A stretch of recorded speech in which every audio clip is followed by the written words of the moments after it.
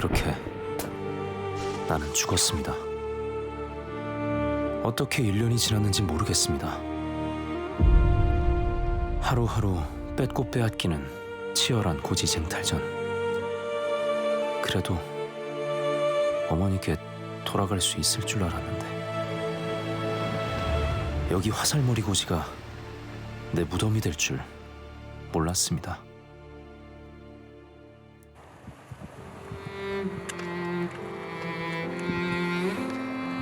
지난해 10월 24일 지뢰 제거 작업을 하던 중 화살머리 고지에서 유해가 발견됐습니다.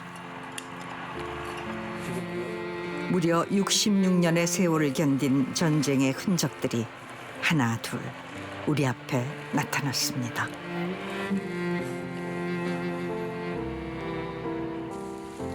그리고 말합니다.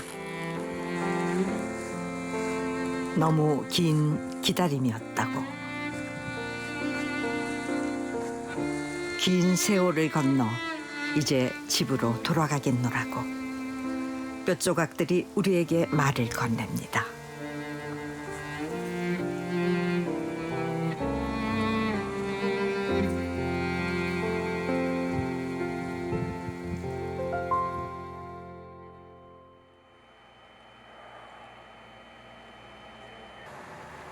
강원도 철원군의 비무장지대.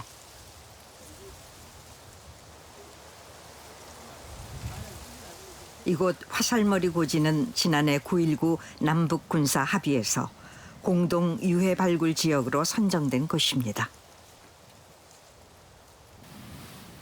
지난해 가을부터 이곳에선 유해 발굴 소식이 끊이지 않고 있습니다.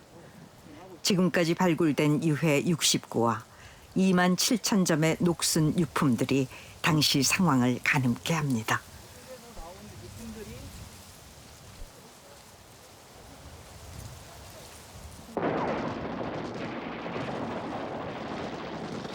(6.25) 전쟁 당시 이곳 중부전선은 손꼽히는 군사적 요충지였습니다.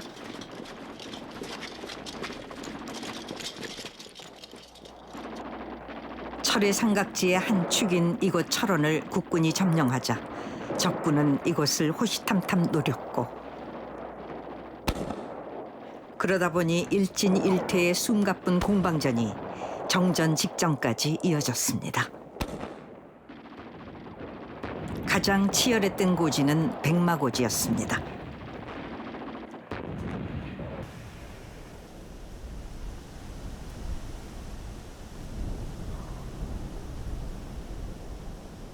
정전회담이 난항을 겪고 있던 1952년 10월 중국군은 백마고지를 점령하기 위해 총공세를 벌입니다. 백마고지에서 3.5km 떨어진 화살머리 고지 역시 그들의 표적이 됩니다. 여기가 281고지입니다. 화살머리 고지인데 저쪽에 보시는 입국천이 우리 화살머리 고지를 이렇게 에둘러서 지나가고 있습니다. 화살머리 고지에서 저 보시는 저 입국천의 추진 연장선이 저기가 MDL입니다. 고지 바로 앞으로 그어진 군사분계선, 당시의 치열함을 짐작할 수 있습니다. 저기 보이는 저기가 이제 K고지인데 저기가 북측입니다. 이 지역을 서로 왔다 갔다 하면서 뺏고 뺏는 그런 전투가 일어났었고, 저기 보시는 그 노란색 바인드건이 되어 있는 곳인데 저기가 과거에 저기 그 많은 소대 또는 그 이상의 부대가 저기를 방어 진지를 점령해서 그 저기 넘어오면 저기를 계속 방어하던 그런 지역이 되겠습니다.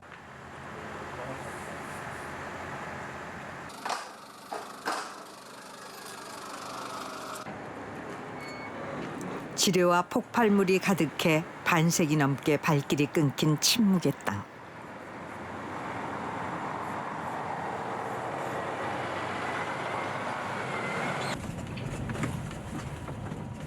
지난해 10월부터 이곳이 소란스럽습니다.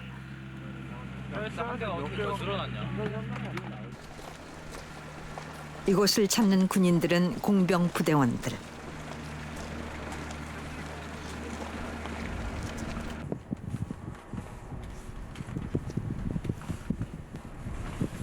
남북 공동 유해 발굴에 앞서 사전 작업으로 폭발물과 지뢰를 제거하는 작업이 시작됐습니다.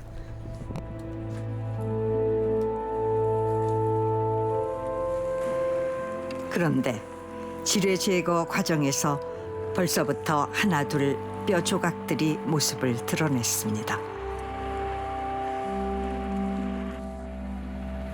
햇볕을 보셨네. 허벅지뼈가 조각 부서진 거예요.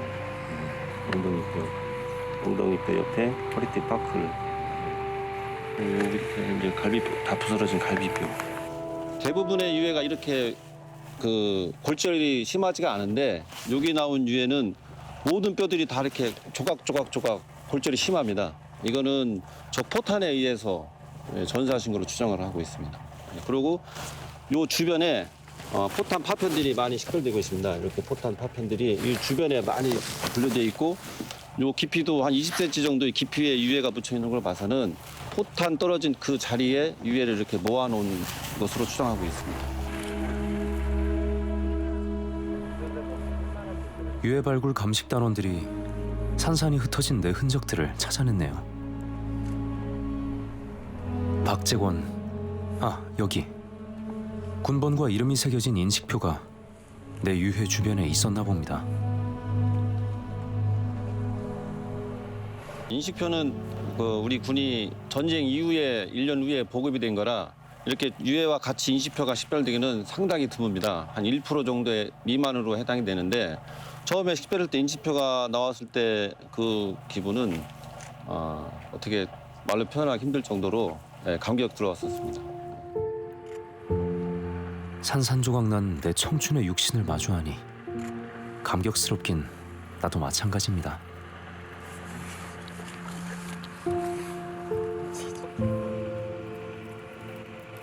유해 발굴 전문가들 덕에 66년 만에 얼추 사람꼴이 되어갑니다.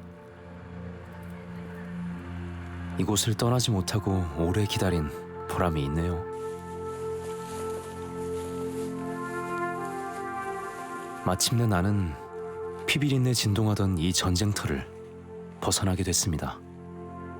이제 고향으로 돌아갈 준비를 마쳤습니다.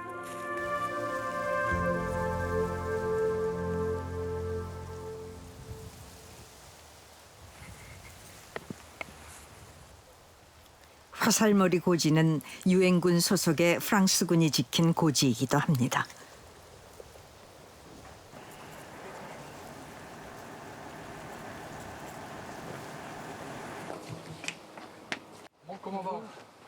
프랑스 니스에서 당시 전투에 참여한 노병을 만났습니다. Vous connaissez mon nom? Le seul mot que je connaisse en coréen. 그는 당시 찍은 사진을 간직하고 있었습니다. Le colonel qui commandait le bataillon à l'époque, ça c'est l'ambassadeur de France à Tokyo, et ça c'est le maréchal Juin qui était venu de France en inspection et au Japon et en Corée. Vous étiez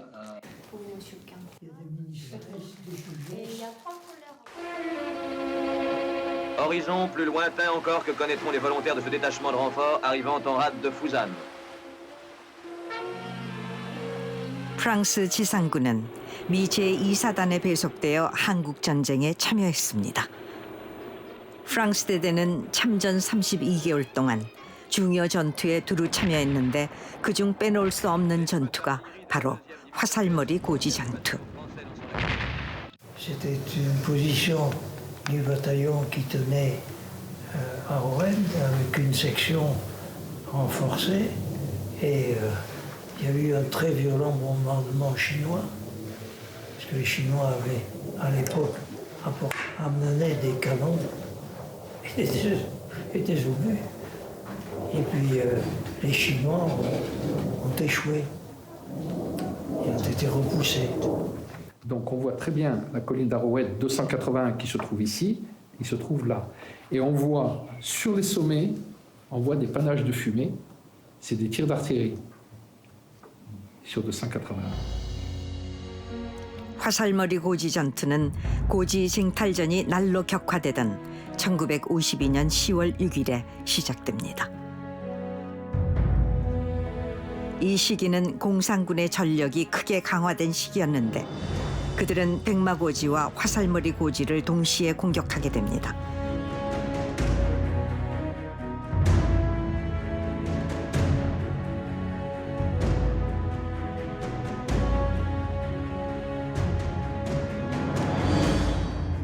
시작은 백마고지부터였습니다.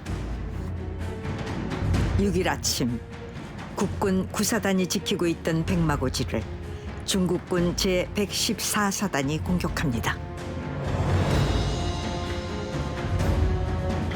그날 저녁부터 화살머리 고지에도 공격이 시작됩니다. 여기에 배치된 유엔군이 미 2사단 소속 프랑스대대 제1중대를 281 고지에 배치하고 제3중대를 개활지로 보내 전투 태세를 갖춥니다. 중국군과 맞서기 위해선 AP 전처 기지를 지키는 일이 중요했습니다.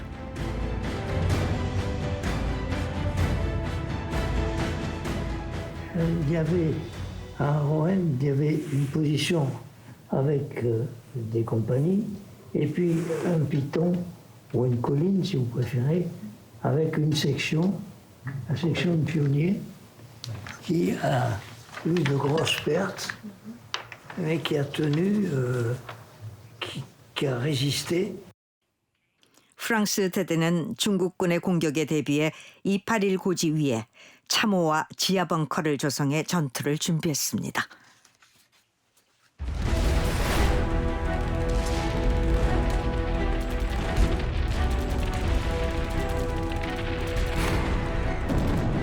밤이 되자 중국군의 무차별 포사격이 이어졌습니다. 프랑스 대대는 우선 참호 안에 몸을 숨기고 비처럼 쏟아지는 포화를 견디며 때를 기다렸습니다.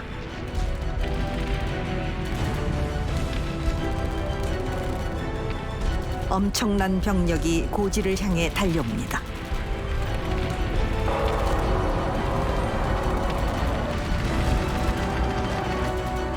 수시로 방어선이 뚫려 프랑스 대대는 육박정까지 불사해야 했습니다. 전투는 다음 날까지 이어졌고 500명의 프랑스군이 증원됐습니다.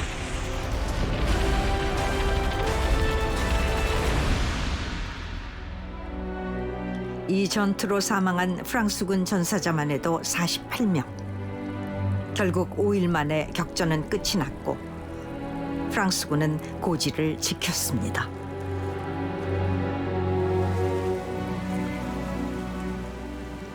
그 역사를 증명이라도 하듯 지난 4월부터 본격화된 화살머리 고지 유해 발굴 작전에서 프랑스군의 인식표가 발견됐습니다.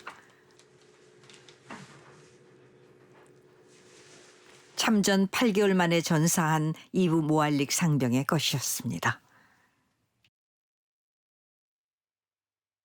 Sur les pionniers, il y a eu presque tous ont été tués, mais il y a eu 3 disparus, 3 garçons disparus.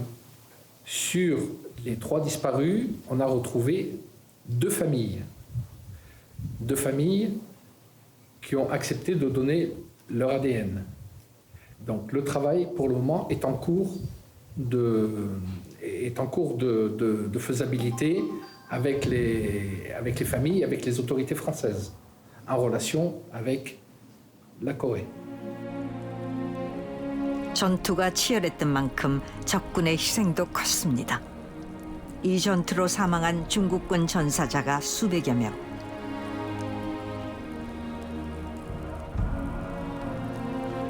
유해 발굴 과정에서 그들의 흔적도 발견됐습니다.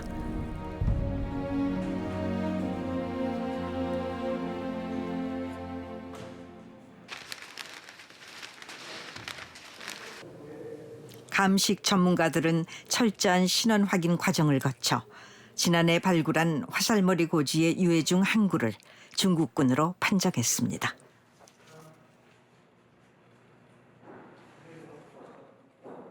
좌측 방향의 그 골반골부터 해서 이제 허벅지뼈까지 골절의 양상이 관찰이 되고 우측 방향의 경우에는 이 그 정강뼈 부분에 지금 골절의 영향을 받아서 뼈가 손상된 부분이 관찰이 되고 특히 이 아래 부분에는 그 금속 파편이 아직까지 박혀 있는 그런 흔적이 관찰이 되고 있습니다. 손상을 입은 이후에 오래 생존하지 않았다라고는 이게 골절이 치유될 정도로 충분하게 생존하지 못했다라는 거는 저희가 추정을 할 수가 있습니다. 확인된 중국군 유해는 1년에 한 번씩 중국으로 보내집니다. 2014년부터 한중 합의하에 인도주의적 차원에서 유해 송환이 이루어지고 있습니다.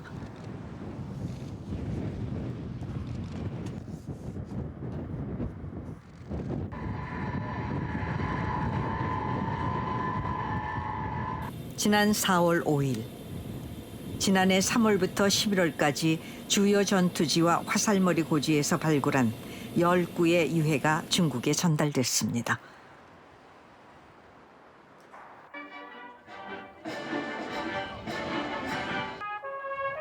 적군에게도 집으로 오는 길은 68년의 세월을 견딘 참으로 머나먼 길이었습니다.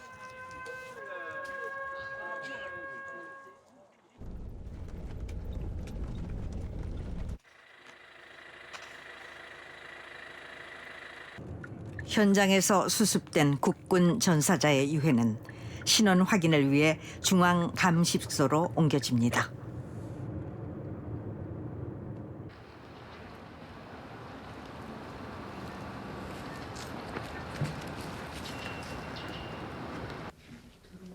화살머리 고지에서 처음으로 발굴된 유해가 이곳에 도착했습니다. 계급장과 인식표가 있어 그나마 신원 확인이 수월한 편이고 인식표의 군번과 이름은 중요한 단서입니다.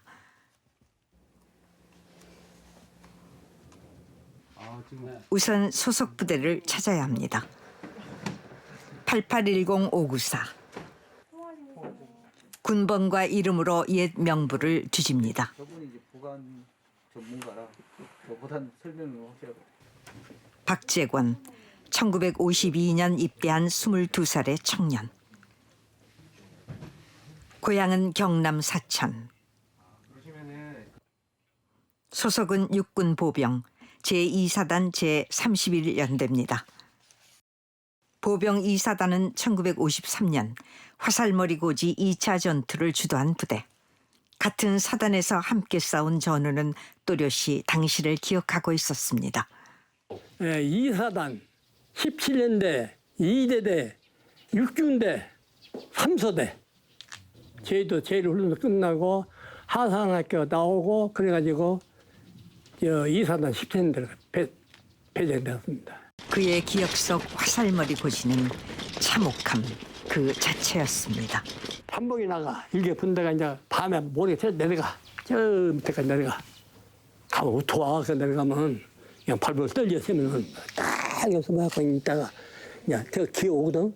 그러면 이제 가만히 막고 없는다 갖고는 빨리 이렇게 기어 올라가고 이제 중대에 연락하면 이제 포에다 연락하고 포가 막 때리는 거는 뭐냐면 포탄이 터지면 공격이 시작되는 거였습니다.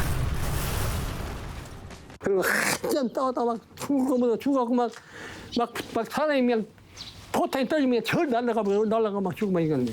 그래갖고 어떻게 이제 죽어갖고 안 죽었으면 내가 죽었더니 안 죽었더냐 이런 거 만져보면 아파. 아, 안 죽었구나.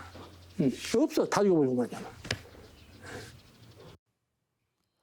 내가 있던 31연대 7중대가 화살머리 고지에 도착한 건 1953년 7월 8일. 전쟁이 끝나기 며칠 전이었죠. 이미 중국군이 A 진지를 점령한 상태여서 B 진지로 우회해 서쪽으로 돌진했습니다. 이틀 전부터 대규모 공격을 해온 중국군.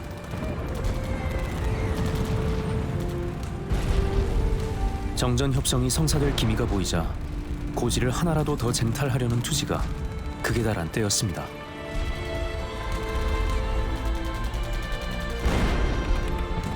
(7월 8일) A 진지를 탈환하라. 우리에게 떨어진 작전명이었습니다.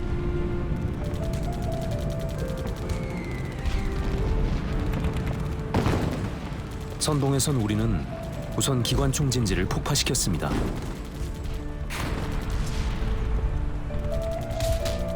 곧이어 이어진 육박전. 죽고 죽이는 난투극이 무더운 여름밤까지 이어졌습니다. 힘든 싸움이었지만 결국 진지를 탈환했습니다.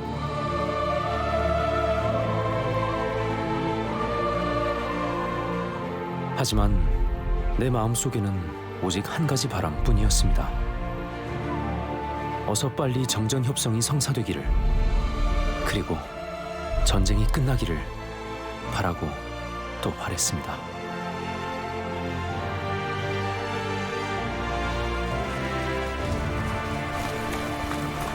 밤, 다시 중국군의 반격이 시작됐습니다.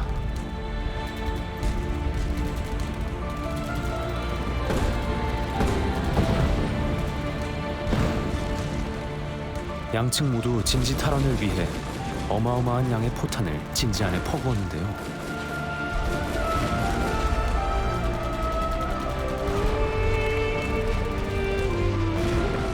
아마 그때였던 것 같습니다.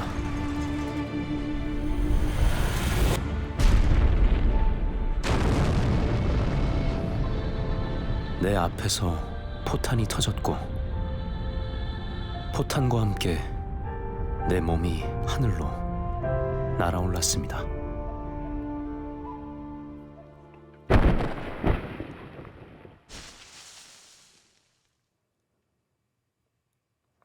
간신히 목숨 부지하고 1년을 버텼는데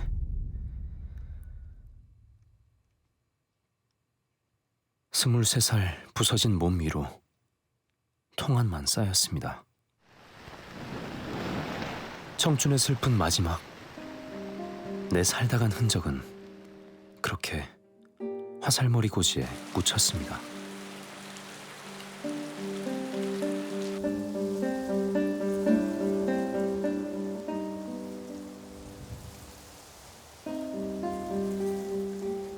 아무도 찾아주지 않은 땅, 긴 침묵 속에 나는 그렇게 갇혔습니다.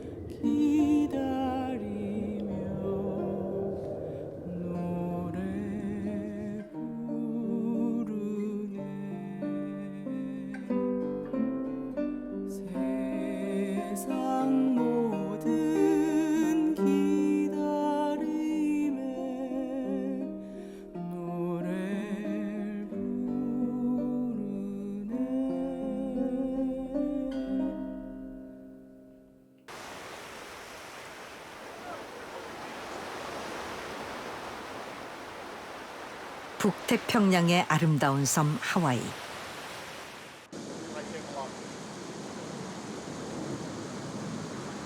이곳 히캄 공군 기지에 자리한 DPAA.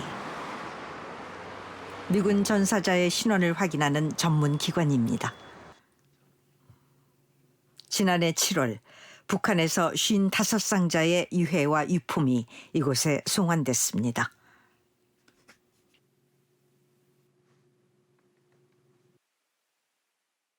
근데 쓰여진 게 별로 없어요, 이번에는. 한국에서 여기 뭐 이런 상표들이 있잖아요. 상표가 있고 뭐 군화 사이즈도 적혀 있고.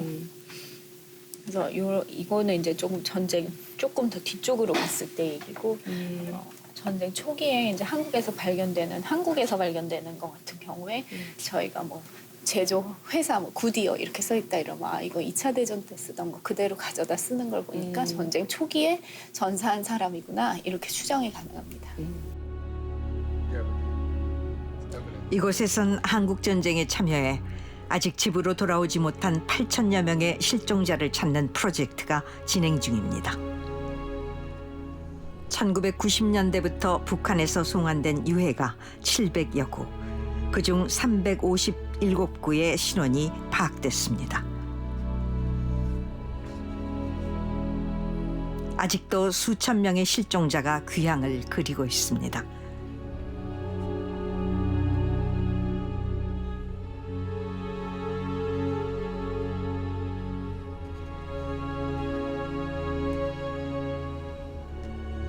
이번에 보내진 유해는 지난해 싱가포르에서 열린 북미 정상회담의 합의에 따른 송환이었습니다. 모두 북한 지역에서 전사한 군인들의 유해였습니다.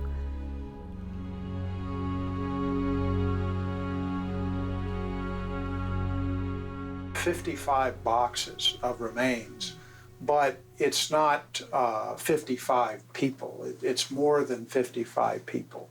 And we're still in the process of trying to estimate how many there are.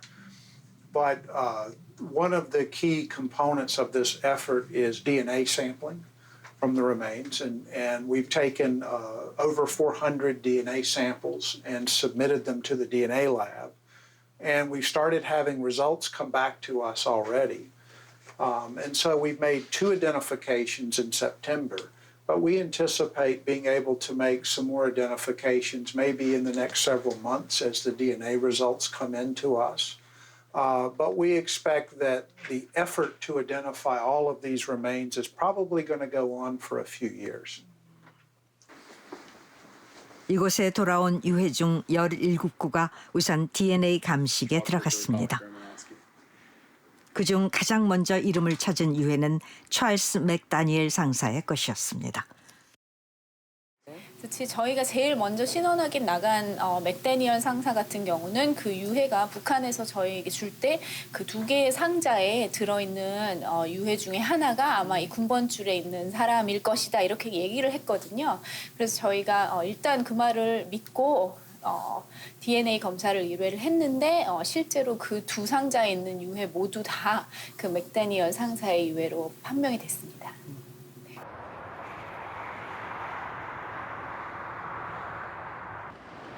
68년 만에 전쟁에서 돌아온 아버지를 반긴 건 아들 찰스 맥다니엘 주니어. 그는 아버지의 유품을 고이 간직하고 있었습니다. This is a box that contains my father's career and the awards that he got. And 아버지는 1950년 한국 전쟁에 참전했습니다.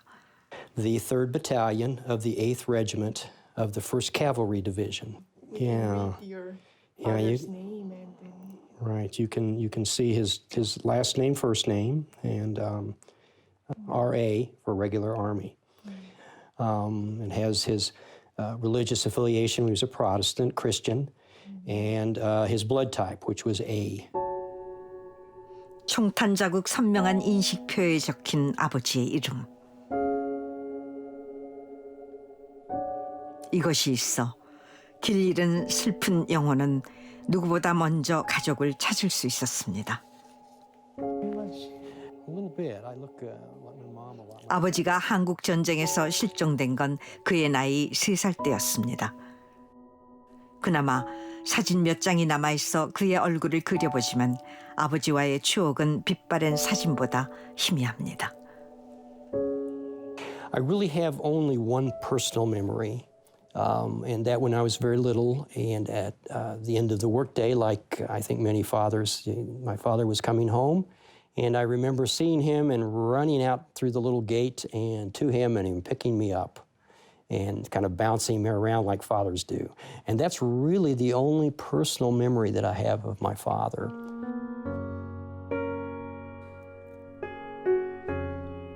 참 오래전 이야기네요. 전 한국전쟁 발발 한 달 후 한국에 도착했습니다. 8기병연대 3대대 의무중대였죠.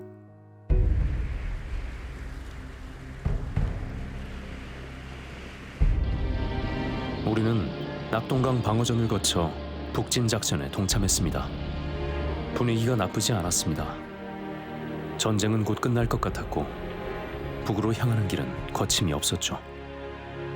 1950년 10월 19일 평양에 입성한 미군은 압록강을 향해 진군합니다. 그런데 지도부는 중국군의 개입을 예측하지 못했고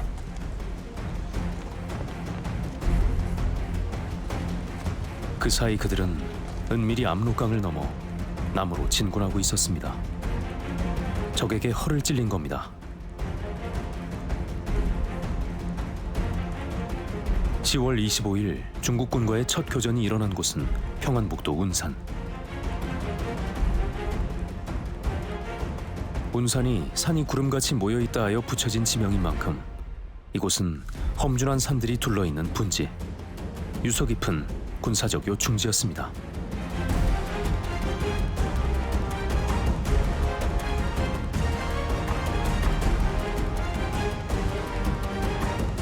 연합군은 운산의 왼쪽 용포동과 제인상동 일대에 미 8기병연대를 배치했습니다.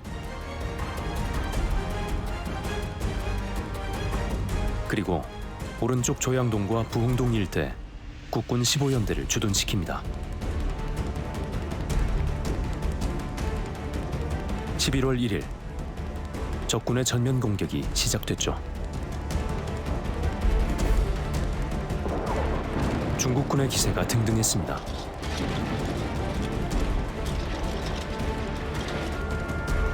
국군 15연대는 구룡강 동쪽으로 밀려나고 8기병연대도 진지가 축소됐습니다.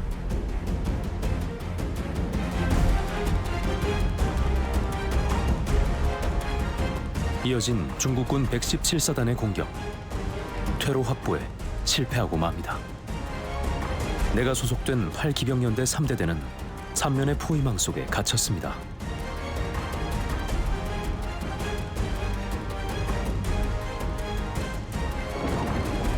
몇 차례 중국군 진지를 공격했지만 모두 실패로 돌아가 말 그대로 사면초가. 결국 철수 명령이 떨어졌지만 동북쪽 방어선이 뚫리면서 퇴로가 차단되었습니다. 그곳은 화염보다 짙은 공포에 휩싸였습니다.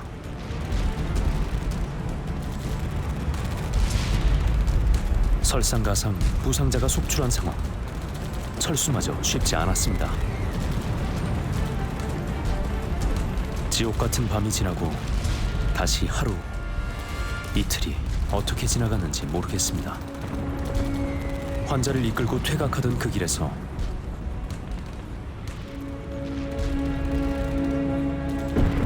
나 역시 죽음을 피하지 못했습니다.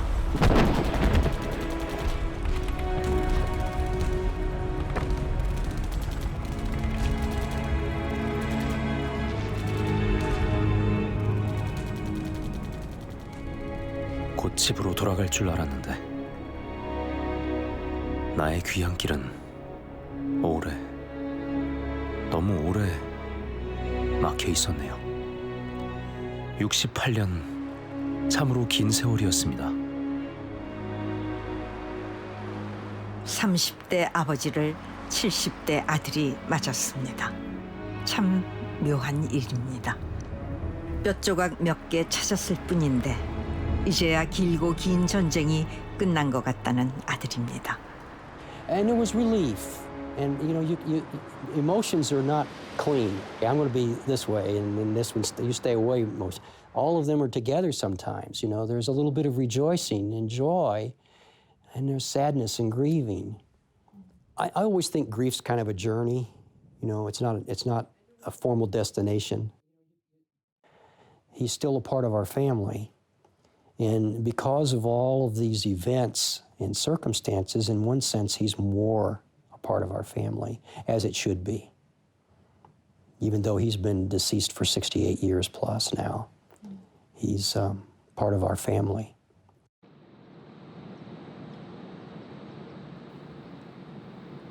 여기 먼 길을 돌아 집으로 향하는 유해가 또 있습니다. 지난해 10월 하와이 DPAA에서 확인된 국군 전사자의 유해가 한국행 비행기에 탑승했습니다. 오랜 시간 먼 길 거쳐오시느라 대단히 수고하셨습니다. 지금부터 대한민국 공군이 안전히 호위하겠습니다.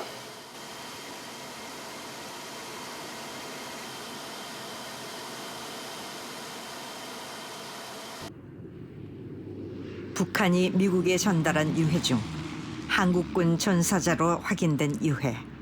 무려 1,500km를 돌아 고국의 품에 다시 안긴 겁니다.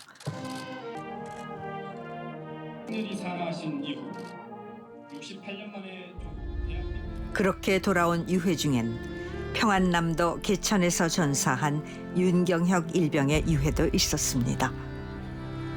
그의 고향은 대구 달성군 다사읍. 얼굴도 모르는 아버지의 귀향이 꿈만 같다는 아들 윤파련 씨. 미국 하와이에 거기서 참 이거 기적, 그분들도 하시는 말씀이 하여튼 기적 중에 기적이라 그러면서 그런 말씀을 하시더라고요. 그는 8년 전 아버지 유해라도 찾고 싶은 마음에 보건소를 찾아가 유전자 시료를 채취해 두었고 그 덕에 신원 확인이 가능했다고 합니다. 아유, 그런 말로는 이해할 수가 없죠. 저는 또 더구나 어릴 때부터 소아마비를 걸려가지고 오른쪽 팔이 불구 아닙니까? 그때부터 저는 또 저 형제들이 있다 해도 형제들 얼굴도 모릅니다. 모르고 어머님한테 들은 이야기지.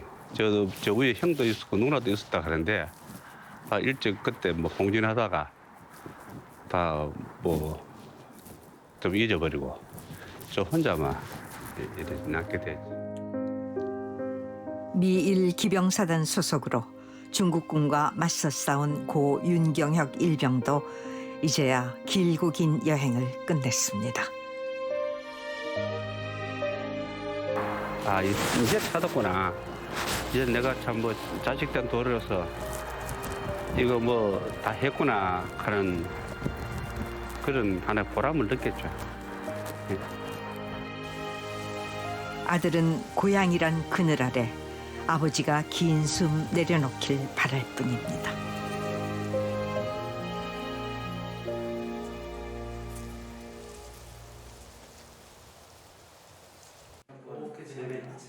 미처 수습되지 못한 6.25 전사자의 신원 확인이 이루어지는 곳은 유해 발굴 감식단. 전문가들이 모여 다양한 방법으로 그들의 이름을 찾습니다.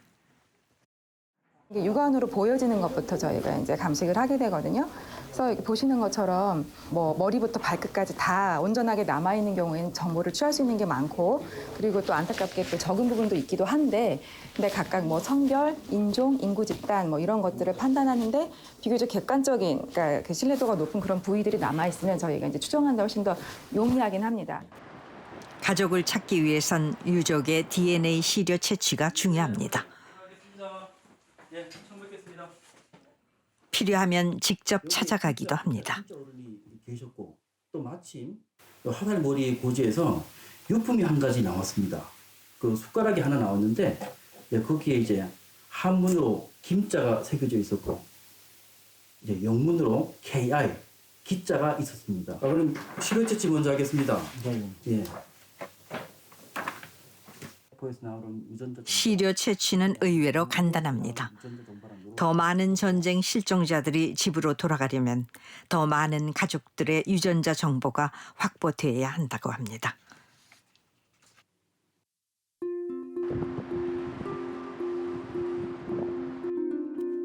정밀한 유전자 분석이 이루어지는 곳은 국방부 조사본부 과학수사연구소.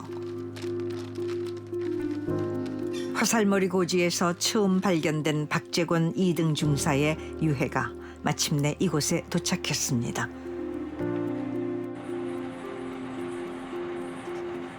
유전자 감식은 총 6단계의 진화하는 과정을 거쳐 나오는 결과물이라고 합니다.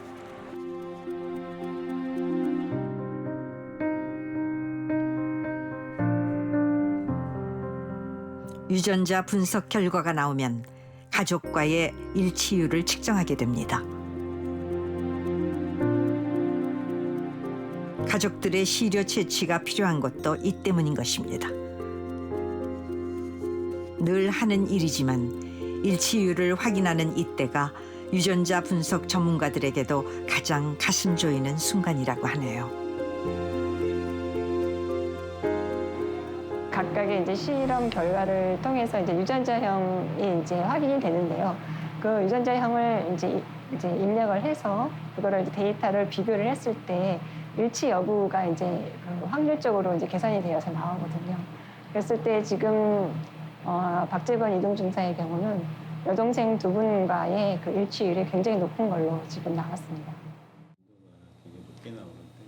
맞이었던 박재권 2등 중사. 6남매 중 살아있는 2 여동생과의 일치율이 100%에 가깝습니다.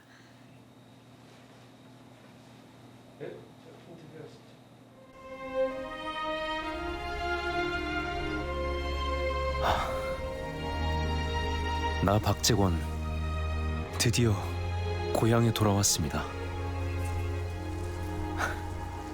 복사꽃은 여전히 곱네요. 어머니 하고 부르면 화들짝 놀라며 달려나올 것 같은데.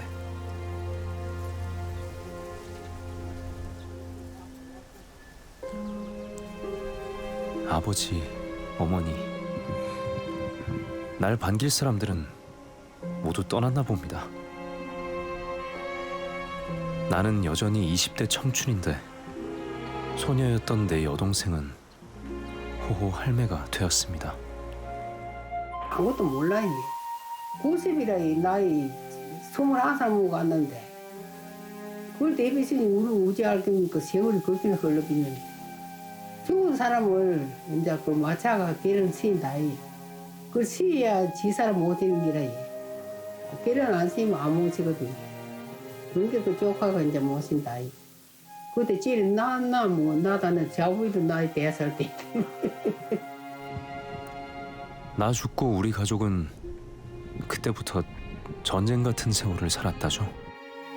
아이고 한 보름을 아무것도 영감하면 아무것도 안 자시. 그때는 우유가 한 통 있었나 아무것도 없는데 물도 한 발 안 자시도 그래도 세상 안 보이지. 그렇게는 그래 골뱅이 들어가 할매가 그래가 세상 배했어. 할배라.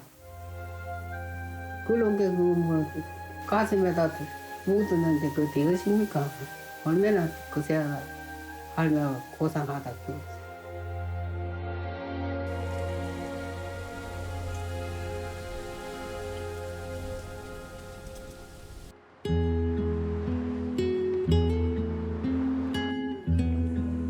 풍비박산난 집안을 어렵게 꾸려온 조카 정연이는 내 남동생의 큰아들입니다.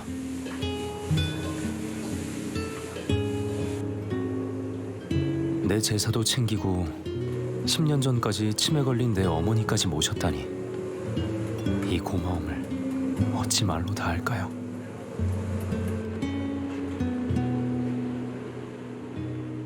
옛날에 머리 아프면 막 이렇게 싸맨다 아닙니까? 두르고 평생을 머리를 그리 싸매고 있었어요.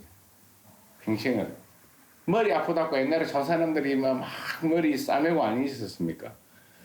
그러니까 돌아가실 때까지 평생 머리를 싸매고 있었어요. 큰아들 죽은 것도 둘째 아들 군대 갔다 다친 것도 모두 제 탓이라고 가슴을 치던 가엾은 내 어머니. 한평생 슬픔의 감옥에 살다 갔답니다. 불쌍했지. 안 밝더라. 항상 뭐 어두웠지 뭐. 뭐 상대적으로 생각해봐도 안 그렇겠습니까? 자식 하나 잃어버렸지. 하나는 군대 가서 지뢰 밟고 왔지. 뭐가 그리 뭐 밝고 뭐 좋은 게 있겠습니까? 옛날에는 또 장자 우선 그런 게 참 많이 있었다 아닙니까? 뭐 큰아들이 가서 뭐 군대 가서 뭐 장가도 못 가보고 군대 가서 시체도 못 찾고 뭐 돌아가시겠는데 뭐 그때부터 뭐 집이 거의 파산 나는 거지. 큰아들 묻은 가슴이 얼마나 무거웠으면 그렇게 살다 가셨을까. 얼마나 이 가족품으로 오고 싶었으면 70년 만에 이게 발굴이 돼가지고 그거는 정말로 가슴 아픈 일이잖아요. 그 내가 자기가 이제 너무 가슴 아픈 일이다. 큰아버지가 정말로 이 늦은 세월이 이렇게 많이 70년의 세월이 흘러가지고 이렇게 왔다는 것 자체만 사실 눈물 나는 일이다. 내가 그랬어요.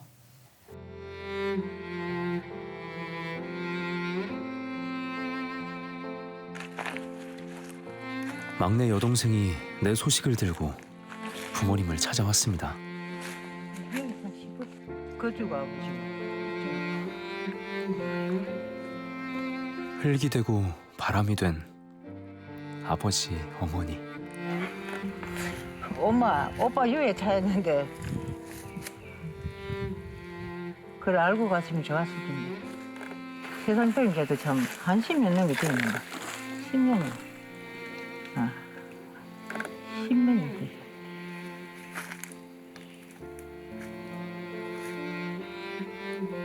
그리 만날 얼굴에 그 수입 근심 가득해갖고 만났던 사람.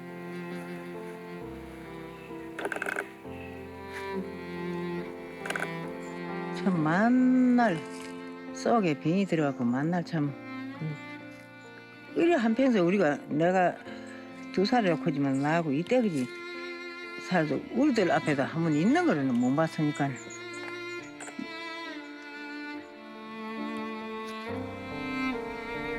66년 소식도 전하지 못한 무심한 아들. 피비린내 진동하는 전쟁터를 이제야 벗어나 집으로 돌아왔습니다.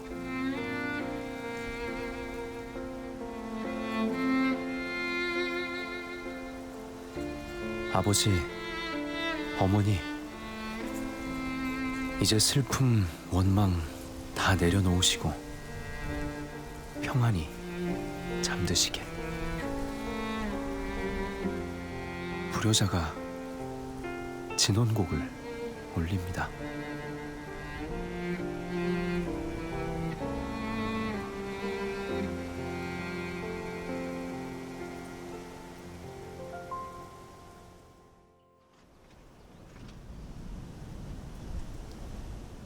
집으로 돌아가지 못한 통안의 청춘이 어디 박재권 2등 중사뿐일까요? 화살머리 고지엔 아직도 수많은 유해가 묻혀 있을 거라고 합니다. 위해서 정보 체계를 활용할 수 있도록 지금 하고 있습니다. 숱한 뼈 조각과 녹슨 총알이 이름을 찾아달라고 우리에게 구호 요청을 보내고 있습니다. 착용할 수 있나요? 단추 같은 경우는 저희가 자료집이 다 있는데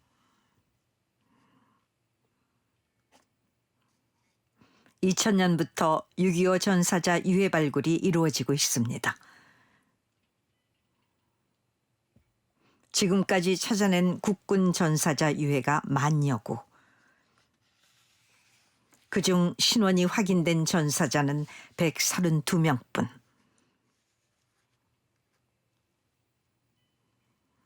아직 가족을 찾지 못한 숱한 영혼들이 이곳에서 귀향을 기다리고 있습니다. 이번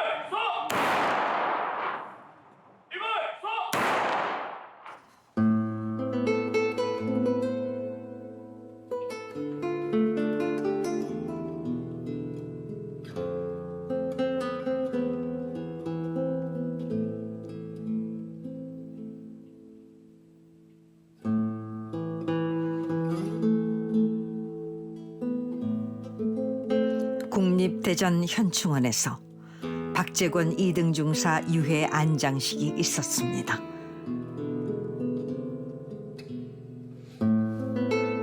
애통한 죽음이었지만 그 무엇으로도 대신할 수 없는 희생이었지만 그의 이름을 부를 수 있어 고맙다 인사 올릴 수 있어 다행입니다.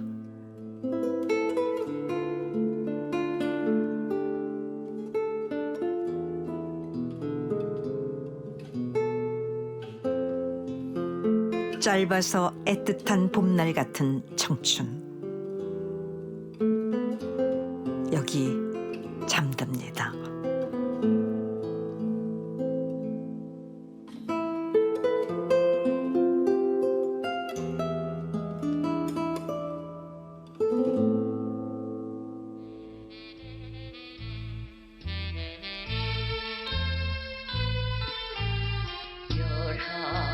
시절은 황혼 속에 슬퍼 수신료의 가치를 실현합니다. 여러분의 KBS